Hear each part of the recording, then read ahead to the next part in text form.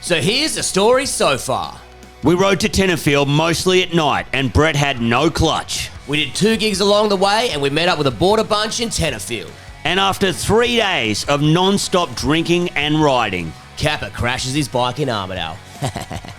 I then somehow land an audition, forcing us to abandon our bikes and fly home to Melbourne. We plan to go back and finish the trip. And then somehow we were hit with a 6-month COVID lockdown. But I got the ad. I got the audition. I don't know how. Only Nick Kappa can crash a motorbike, then have to go home, and then somehow again you land on your feet. Cheers, you're alive. And then about 6 months later, after we get through all the lockdowns and stuff, and everything's kind of calming down in the COVID area, we plan a trip to pick up the bikes, get back on the road, but this time we took our girlfriends because we wanted to show them how beautiful Australia was, and we kind of wanted them to be a part of our journey with us. Yes. And I don't think they had the best time.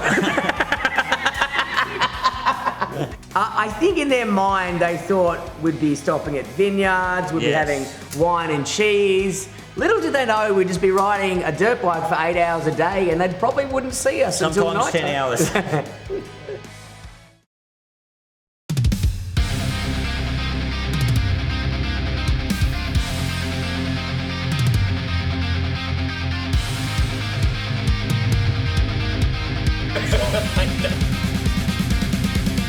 Go.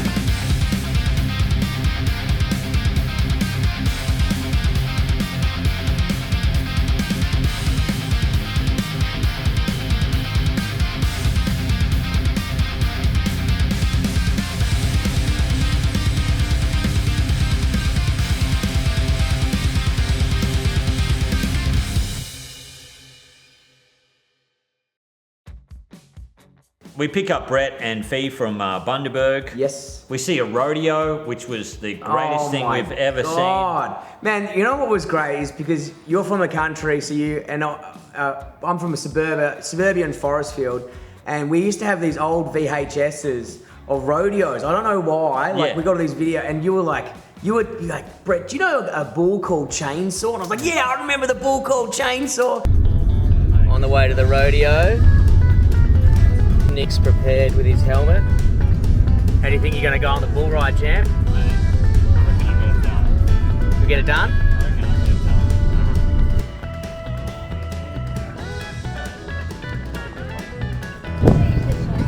Right around the back leg. Simpson is on the head on the hill, reaching around to lock out. Running from Brian, your name, and he does it out with the tools. Shoot number 3. Come on, Cameron.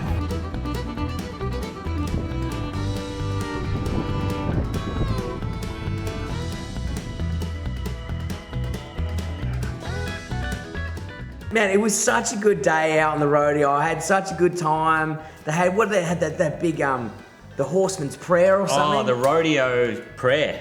Oh my Oh, lord! I nearly cried. It was so good. It's the only time I've ever seen you cry. But I think you're more emotional because we the night before we found a vineyard in Bundaberg. Yeah.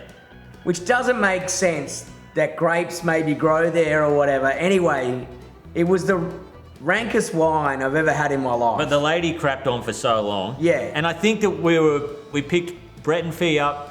We were seeing everything in rose-coloured glasses. Yeah. We're like, oh, great. It's going to be a great day. Yeah, we went to the Bundaberg Rum Factory. I see this Christmas pudding beer. Oh, my Lord. It was beer mixed with Bundaberg rum and Christmas pudding.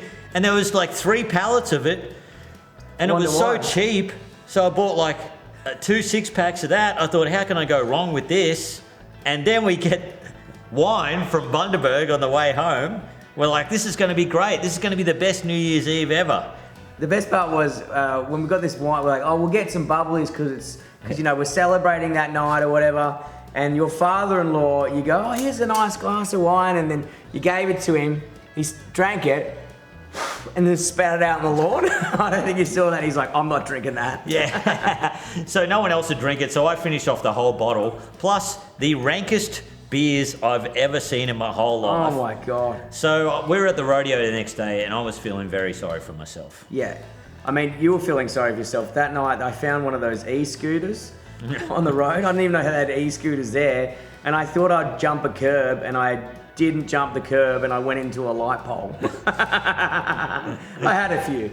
And then the next day, we hit the road. Now, we left your nan's house, and we had such a good time with your nan. Your nan took us to the pokies. Probably the hardest part of the trip was trying to get your nan off the pokey machine. We had to use a crowbar. And then tried to get your girlfriend off the poker machine. I know, they're both as bad as each other. That was so bad.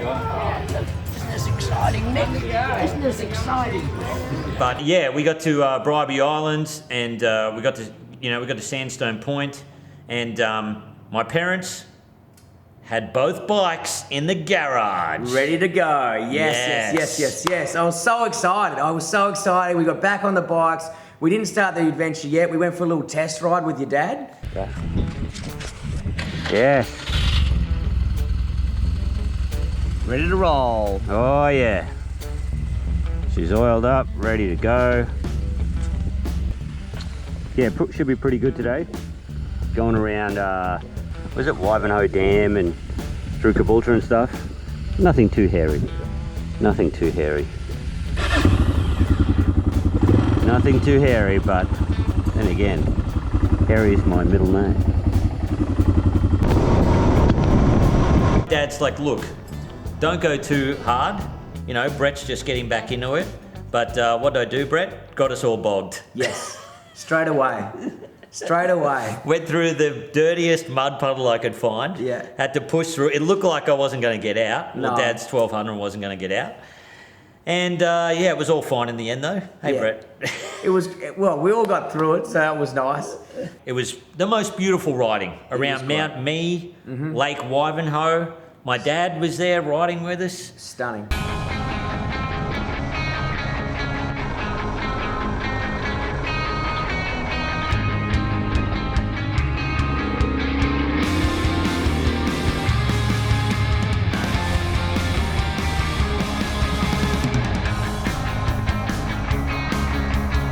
It was crazy. We went through Kilcoy, and there was this moment where we pulled up, and Dad's like, "That's why you ride a motorcycle." Yeah. Like, because we saw country that you usually wouldn't see No. in a car. Like, And I it always was- say that with motorbike riding, like in a car, yeah, you can see everything, but it's 10 times better on a motorbike because you can feel everything. You can feel the temperature, you can smell everything. Sometimes you're smelling roadkill, which isn't that great, but you don't know, you feel more connected with your surroundings, you know?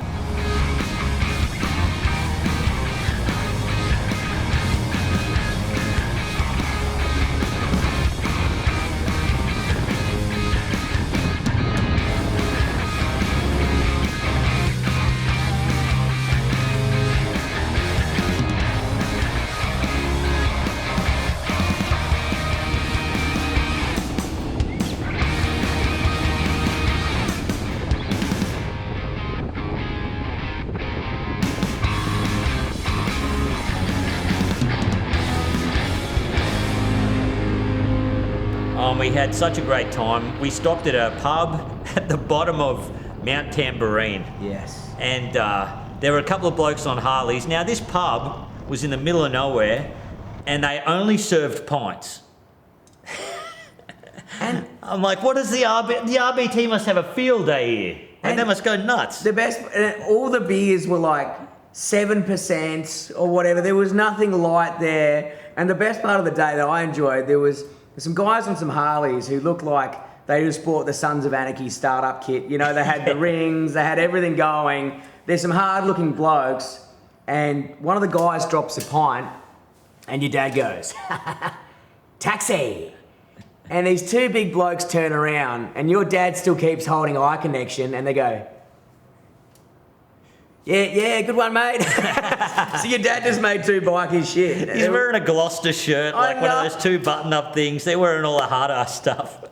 It was very funny. Also, one of the best things ever is Brett buys a shirt anywhere he goes. Yes, I do. There's a shirt over his shoulder when he leaves. And I'm at this pub and I'm like, I'll buy Brett a shirt. Actually, he might not like this design. It's a bit wild for him, but it's still a black shirt. Anyway, I go back. Brett's ordered another round of beers.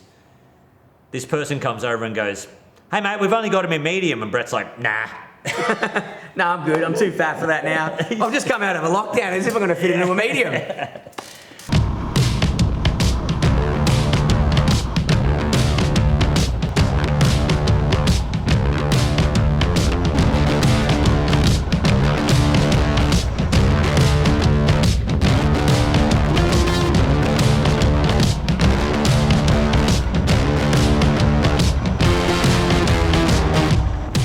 So we get into Burleigh that night. We get on the Gold Coast. We have some prawns. We catch up with the girls. It's great.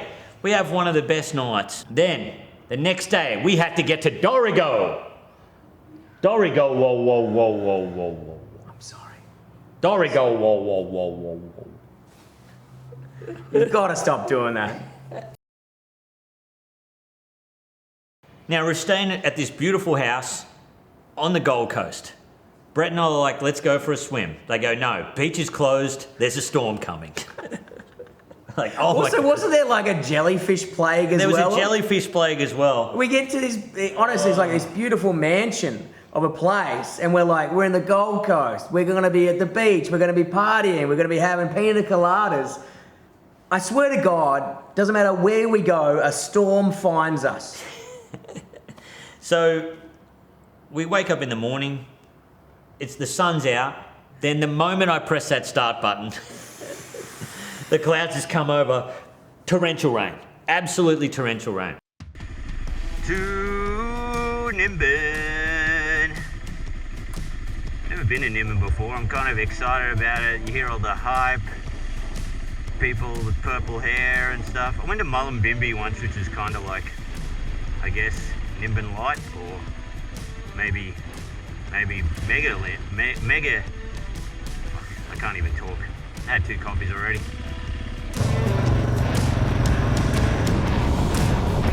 We're on our way to Nimbin, and I don't know if you've done that road before, but Nimbin is a beautiful part of Australia, and I was so excited to be riding through all that forest and stuff. But we are riding, but I was still kind of happy. Well, the first bit of the Ride wasn't road, too bad. It was the rainforest kind of, I don't know, shielded you. Yeah. But it was so nice and windy, and even in the rain. And it was foggy as well, and it looked like a science fiction movie or something like that. I was loving it, even though I wasn't comfortable, still a bit cold. Yeah, but it was still nice, you know? So great.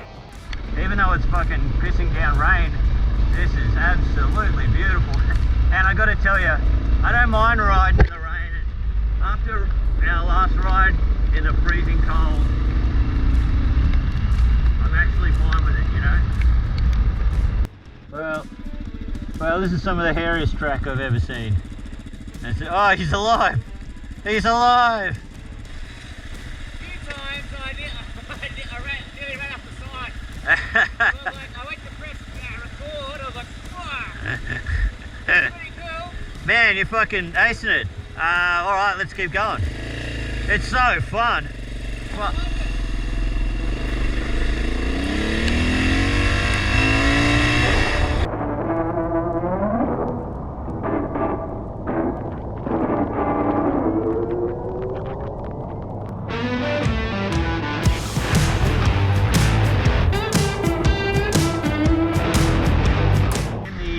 Town of Yuki.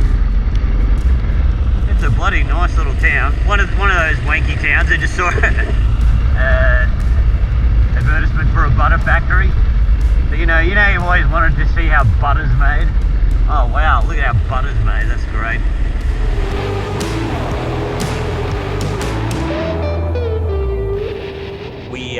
We get into Nimbin and we're like, you know what? We're just gonna have a little rest in the cafe. Wait till this torrential rain clears. Stops. We met up with the girls, we have a nice sandwich, have a nice lunch. I was like wringing my boot out. My boot had so much water in it. Brett wringing out his socks. Always put your pants on the outside of your boots. No, I didn't plan to ride in the rain today. But the rain never stopped. Yeah. We come back to the motorbikes and it was dry when we got there, and then all of a sudden they're in puddles. The rain got worse and worse. And Brett's having flashbacks already because he had the most terrible gig in Nimbin Oh my God. years ago. 3 days of bombing. Man, believe it or not, the people of Nimbin did not find me funny, and I was super unrelatable to all of them. You know who did the best gig in Nimbin? It was a guy who was dressed as a marijuana bud, and he was playing techno out of his iPhone into the speaker, and then we had to kick him off stage because we had to start doing comedy, and everyone started booing us. They're like, let the guy be. And I you're would like, have kept the bud on as well, I reckon. Well, I didn't realise, but when I was up there bombing, I was like, get that bud back on here. I need a support act. I am struggling up here. Oh yeah, Nimbin baby. Look at it. A lot of hemp related products. Look at that cool dude. Oh yeah. The spirit of Bob Marley lives on. A lot of older guys with grey ponytails with like hot babes. Man, I couldn't get over it. There's all these like wimpy looking guys with whispery mustaches and the worst haircuts and probably stink to the high nines. And they just got these 10 out of 10 smoke show bohemian girlfriends who have started a dream catcher business on the side. You're like, what's going on in this town? Yeah, it doesn't make any sense. So yeah, we kept on going from Nimbin. Sometimes the rain would stop, and it was beautiful. Yes. And it was like it reminded me of Thailand around that kind of. It's that beautiful kind of forest and jungle. I don't know what you call it. You kind of jungle. forget that Australia's got so much like diversity and like climates and stuff. You forget that like that whole area. Yeah, it's like a tropical paradise. It's so beautiful, such dense forests. It's like I don't know. That's why it's so good being out there on a bike.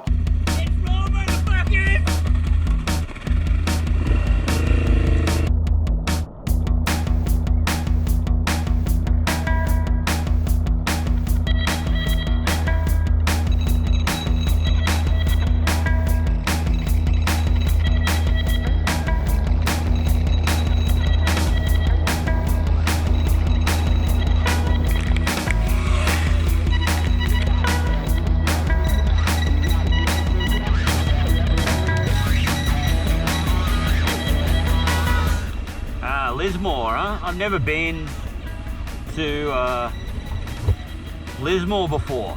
I heard so much about it. I think it's a university town or something.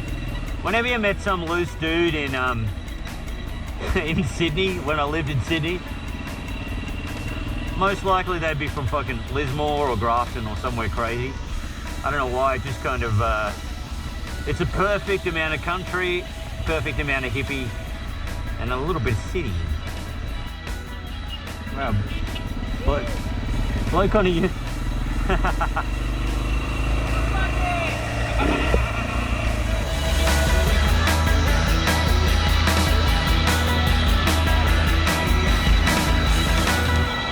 get to this servo. I think it was Kurikai. Yes, Kurikai Servo. And I had to use the bathroom again. No one's shocked by that. And I only remember the place because it had the world's at the back.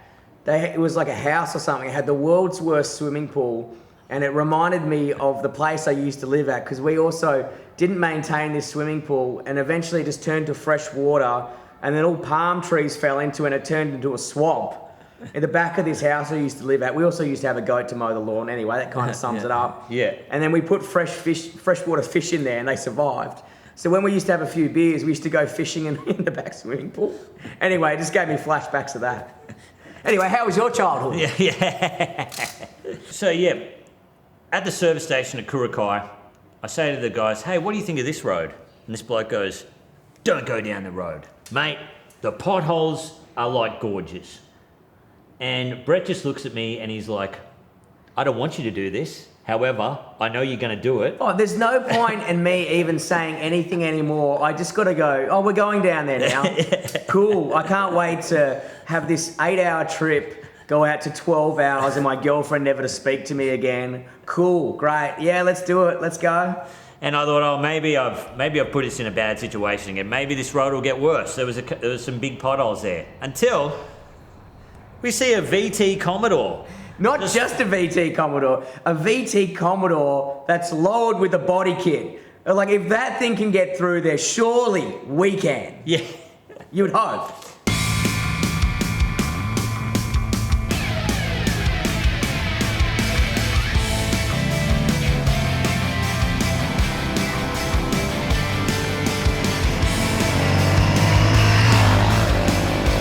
It is nice scenery. A couple of big potholes, but I'm just like, Brett's figuring out the more gas you give it, Yeah. you just float on top. You're flying it, and more gas. Past Nick a few times as well. I've got the confidence up. That had to give him a bit of confidence. It was Yeah, good. wow. I had to help him out a bit. Finally, my bike could go past 80. So that had nothing to do with the clutch, by the way. That was just me afraid, But actually, that road was so much fun because It was a normally lot of fun. I was like, oh, here we go. But after 10 minutes on that road, I was loving it. Yeah. There was some massive puddles, and we had to stop for some farming equipment sometimes. But it was actually beautiful out there. I loved it.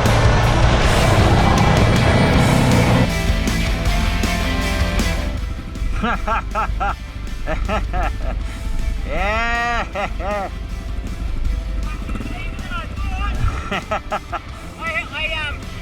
When I saw you, I didn't see you. I just saw a big bunch of steam just coming up. Yeah. It must have hit the exhaust of water. Yeah, nearly cut her out, but she was all right.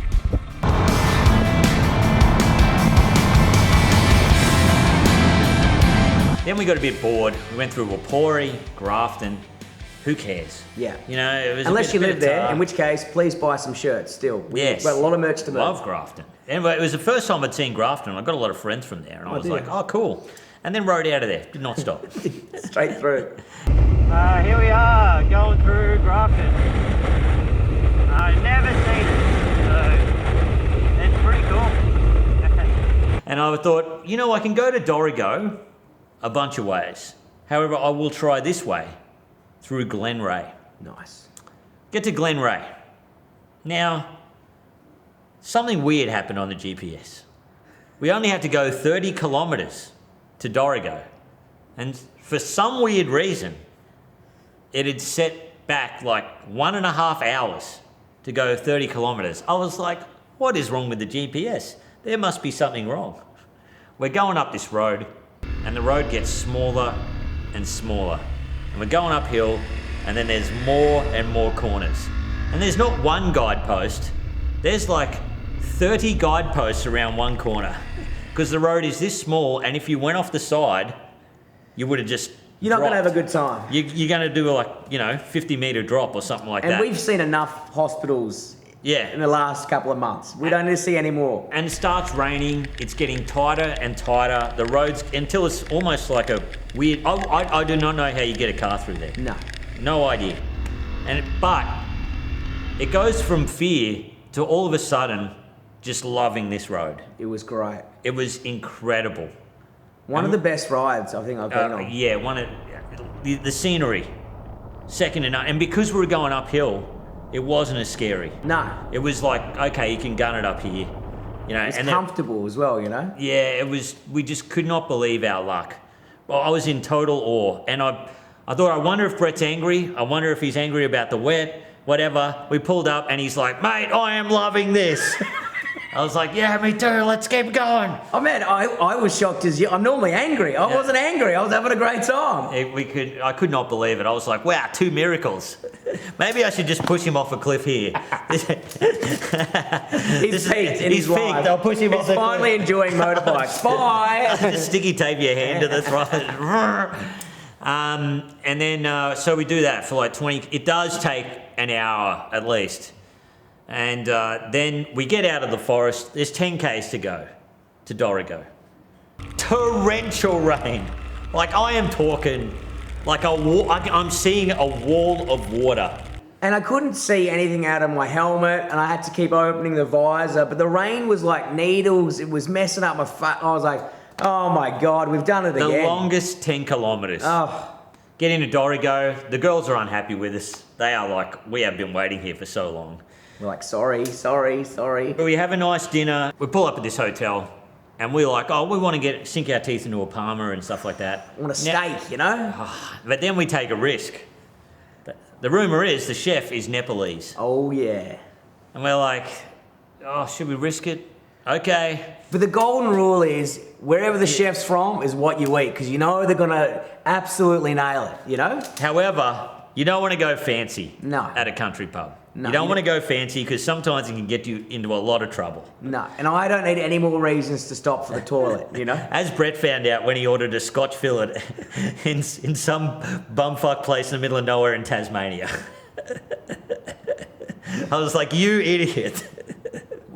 But it was the best feed ever. Man, the it was so good. The food was amazing. The girls were then happy because they were having wine. They're having this beautiful Nepalese food in the middle of nowhere. The motel was pretty average, but it does the job. That's all you need. And that night, it was so funny. You'll love this. So me and Fee are in the room. We go to bed.